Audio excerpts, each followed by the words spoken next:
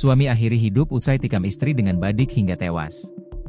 Seorang wanita berinisial SY, 36, tewas setelah ditikam suaminya, AM, 36, di Dusun Bonto Maranu, Desa Bonto Tanga, Kecamatan Bonto Lempangan, Kabupaten Goa, Sulawesi Selatan, Kamis, 2 Oktober 2025. Informasi dihimpun, peristiwa terjadi sekira pukul 6.20 WITA di rumah korban.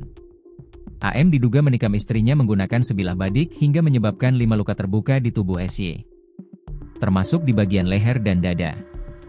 Usai menikam istrinya, pelaku kabur ke kebun. Sejumlah warga kemudian melakukan pencarian.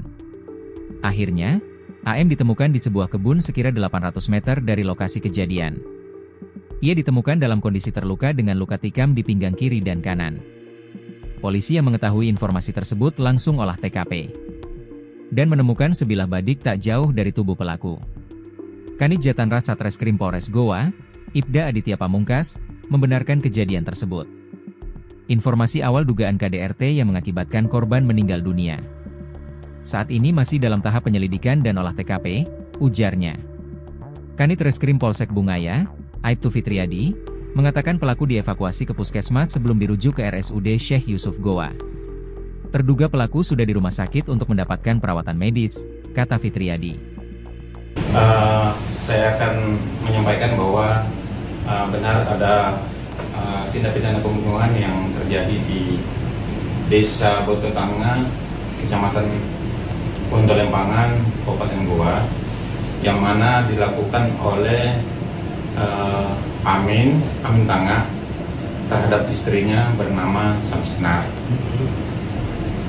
Adapun kronologis ini terjadi di pagi hari sekira pukul 06.30 WITA, dan setelah melakukan pembunuhan dengan cara menikam beberapa kali termasuk di leher korban, pelaku melarikan diri masuk ke kebun, dan di kebun dia melakukan menikam dirinya sendiri pada perut kiri dan kanan, yang pada akhirnya dicari oleh beberapa warga termasuk keluarganya ditemukan, namun yang bersangkutan masih sadar sehingga dilakukan pertolongan medis, dibawa ke puskesmas, selanjutnya dirujuk kepada rumah sakit Syekh Yusuf Kabupaten Goa.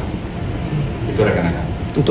Pada akhirnya pelaku ini juga meninggal dunia baru saja sekitar pukul 20.00 WITA di rumah sakit karena mengalami luka yang begitu serius pada perut.